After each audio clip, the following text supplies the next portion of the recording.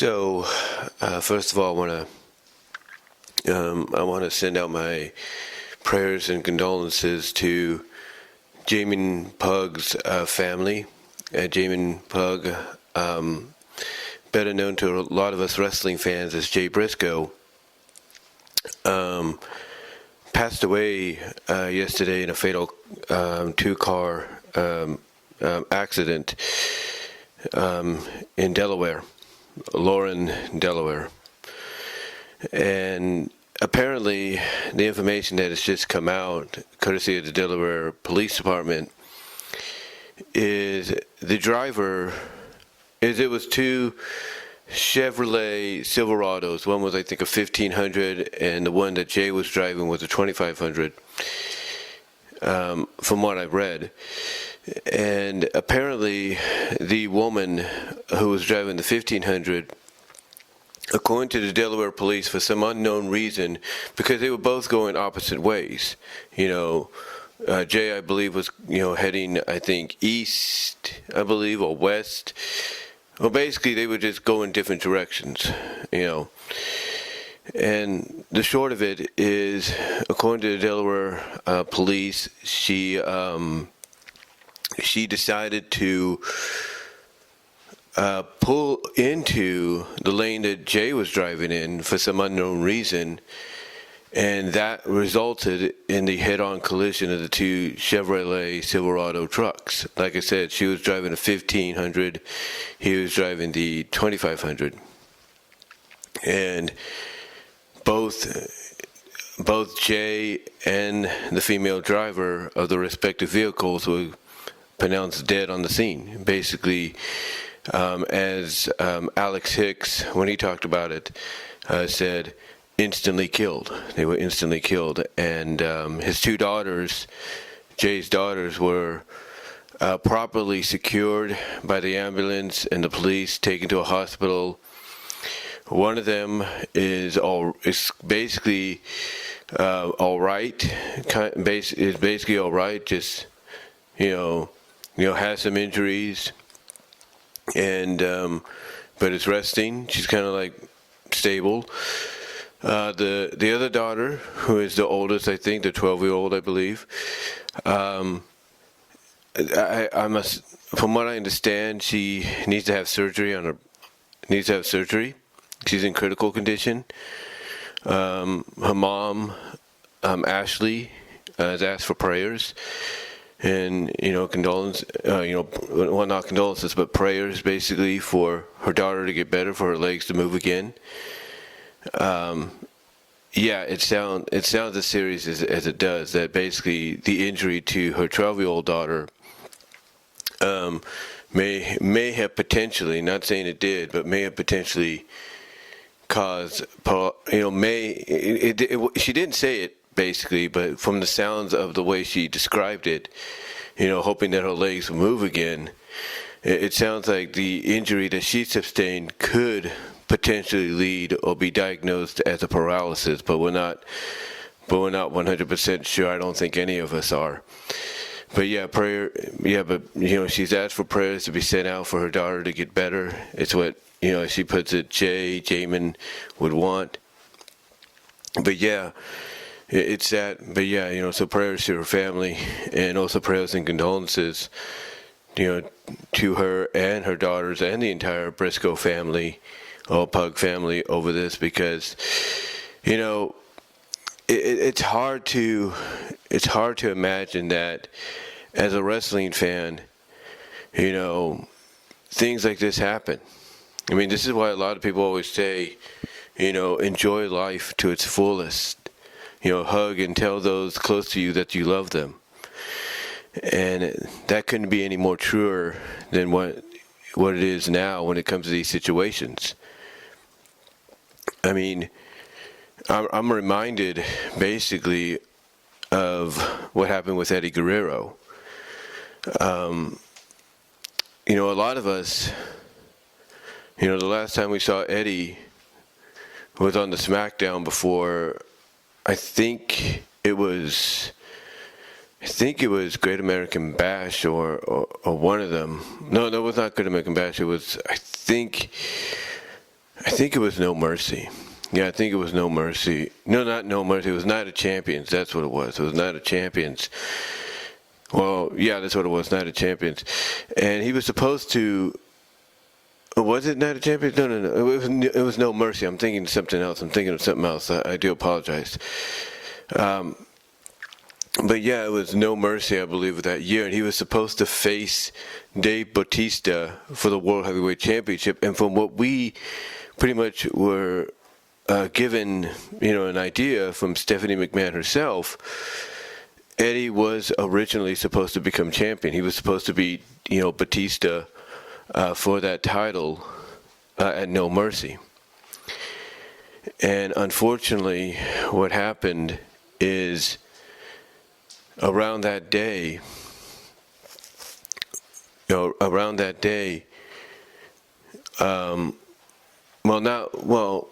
it wasn't. Let me correct myself. I've got so much going on in my mind when it comes to these kind of unfortunate events. But basically, it was around the time. It was around the time that No Mercy was coming up, and like I said, Eddie was supposed to become champion at that event. He was supposed to beat Bautista for the title. At that event. It wasn't, the event after SmackDown, the last SmackDown he was on. It was like, I think a week or two afterwards, from what I understand. It's going to be like a week or two afterwards. But yeah, none of us expected, with the push that they were giving him, that, which obviously would have led to that victory. None of us would have imagined what would happen 48 hours later. None of us would have imagined that. The same with, unfortunately, with Chris Benoit. The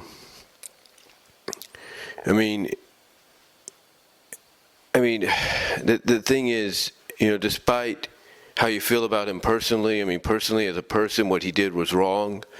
And he should and hopefully is burning in the depths of hell, if you know what I mean. But from a professional standpoint, as a wrestler, or as WWE likes to allude to, an on-screen character portrayed by somebody else, you can't deny his prowess in the ring and how good he was, and basically taking himself and his opponents to the next level. And just like with Eddie 2 years prior, Chris was given a massive push. Not like he had before, but it was a push from a massive standpoint when it came to the ECW brand. And he was scheduled originally to face CM Punk. They had set this up to where it was going to be him and CM Punk one-on-one, for the ECW championship, for the vacant ECW championship. And unfortunately, we all know what happened, basically on the day of the event where he was supposed to go one-on-one with CM Punk. Unfortunately, we all know what happened.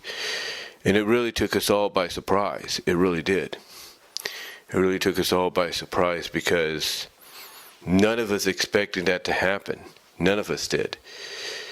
And, we all remember watching that Monday Night Raw and Vince McMahon being in the middle of the ring of an empty arena because of what happened.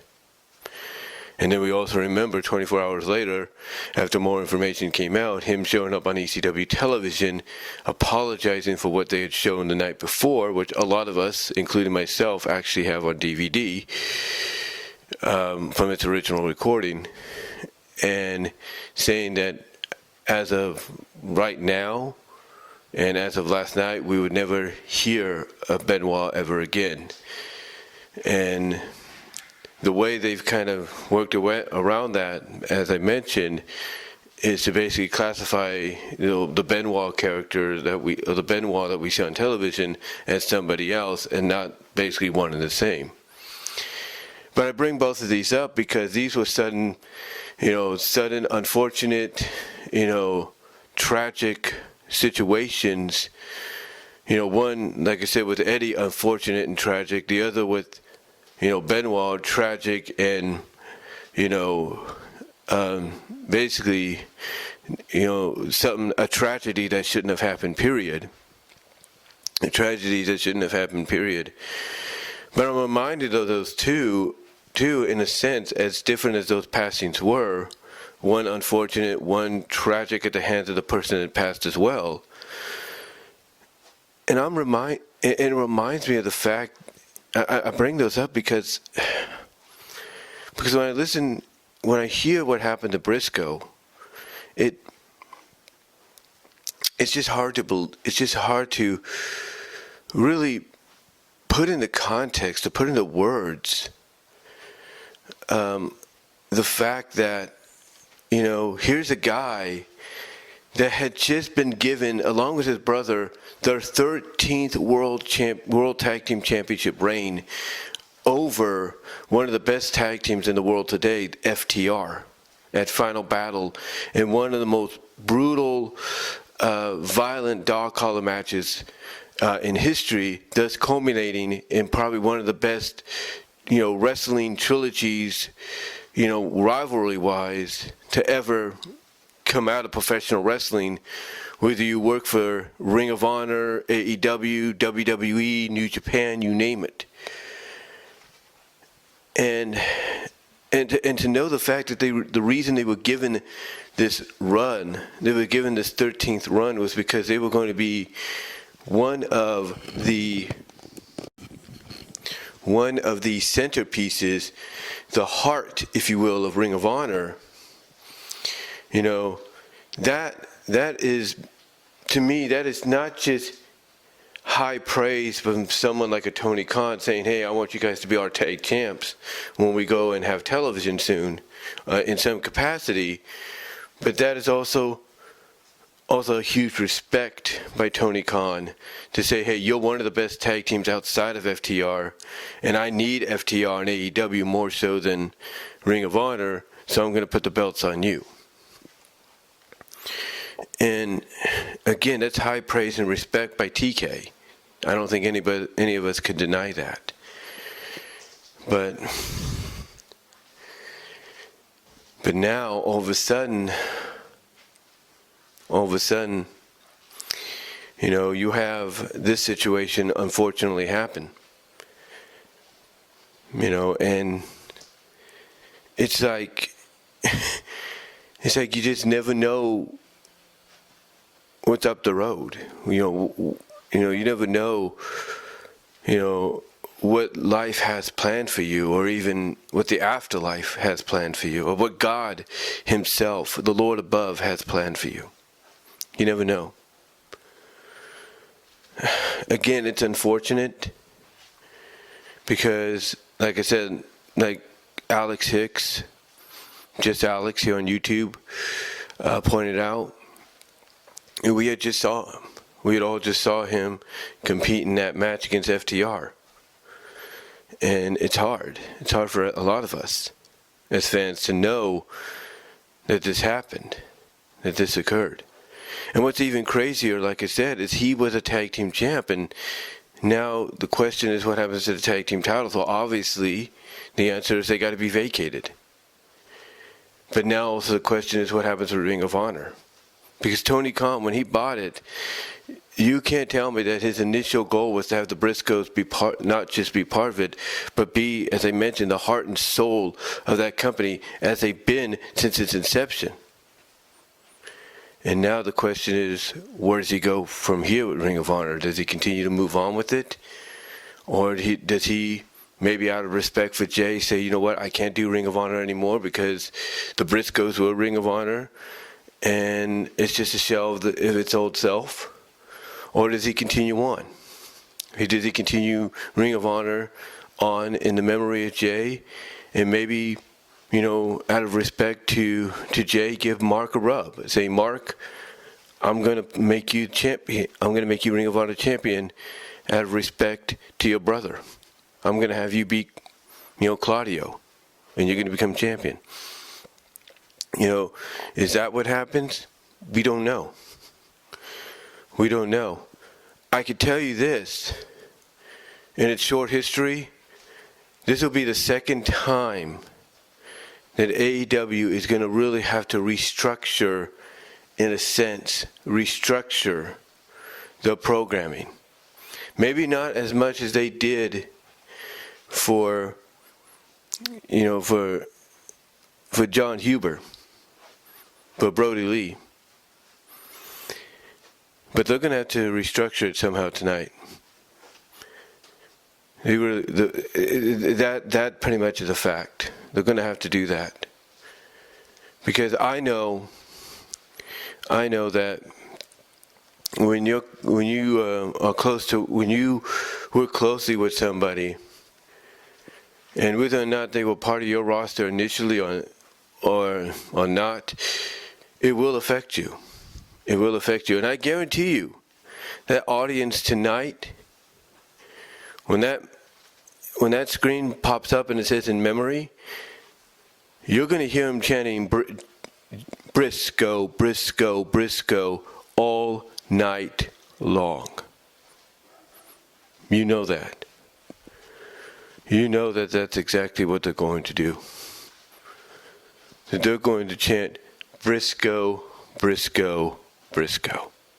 And that every man and woman competing in that ring tonight is going to have an armband or some kind of, memento acknowledging Jay when they compete. But yeah, it's just hard to believe that one half of the greatest tag teams to never step foot, mind you on this, never step foot in a WWE ring. Heck, one of the greatest tag teams to never step foot in an AEW ring has passed away. Has passed away. I mean, we know that reports had come out throughout the years, even when Ring of Honor was its original, Sinclair form was, being basically deactivated for a time before it was bought out by Tony Khan. We know that, during the stint in Ring of Honor, they were contacted by WWE. WWE had interest in these guys, but they can never bring them in because of the similar reasons that AEW, Tony Khan couldn't put them on Dynamite or Rampage. And it's unfortunate. It's unfortunate. Now, I know the Briscoes, I believe, competed in New Japan, and I think they were they may have been the junior heavyweight tag team champs or even the tag champs at one point. And that, to me, is probably the only biggest stage outside of Impact and Ring of Honor, because, yes, they were the Impact tag champs not that long ago either. And that's a surprise. But they basically, outside of those two promotions that people know of, never really had a chance to shine. Never really had a chance to shine on the biggest stages possible. I mean, the matches, imagine that the Briscoes could have had in WWE with the tag teams that were there at the time when they were being courted. I think they were being courted at the time when the New Day was just finding its stride. They were being courted when the Usos were coming into their own. They were being courted when FTR, as the Revival, was stealing the show on NXT and and eventually Raw and SmackDown. They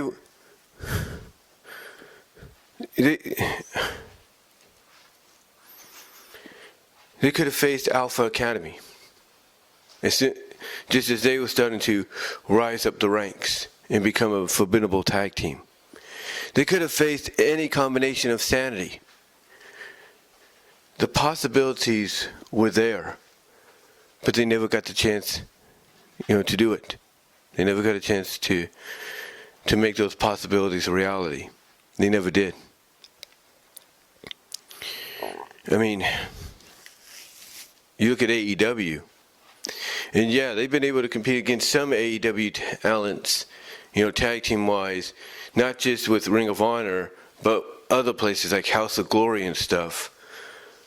But the thing is, imagine the teams they could have faced on AEW television. Teams comprised of any combination of JAS. Teams like the Acclaimed. Teams, and I'm sure they faced them before, but teams like Private Party. Teams like, when they were together as a tag team, Jungle Express. Teams like once again, because they faced them before. I don't know if they faced them in tag team wrestling, but the Hardys. I mean, think about this too. Swerve, but when they were a team themselves, Swerve in All Glory. Again, the matchups that they could have had, but because of the standards and practices of Warner Brothers themselves, the Warner Brothers Discovery, Turner Media itself, we never got that. We never got that. So yeah, in closing, like I said at the beginning, my prayers and condolences do go out to Jay Briscoe's family, his wife. My prayers go out to his daughter, that she makes a full recovery. Both his daughters make a full recovery. But yeah, the tag team wrestling world and the wrestling world in general lost a great one yesterday.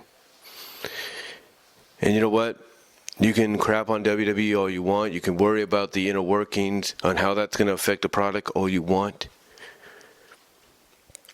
But if NXT did prove anything last night, and who has the final say creatively?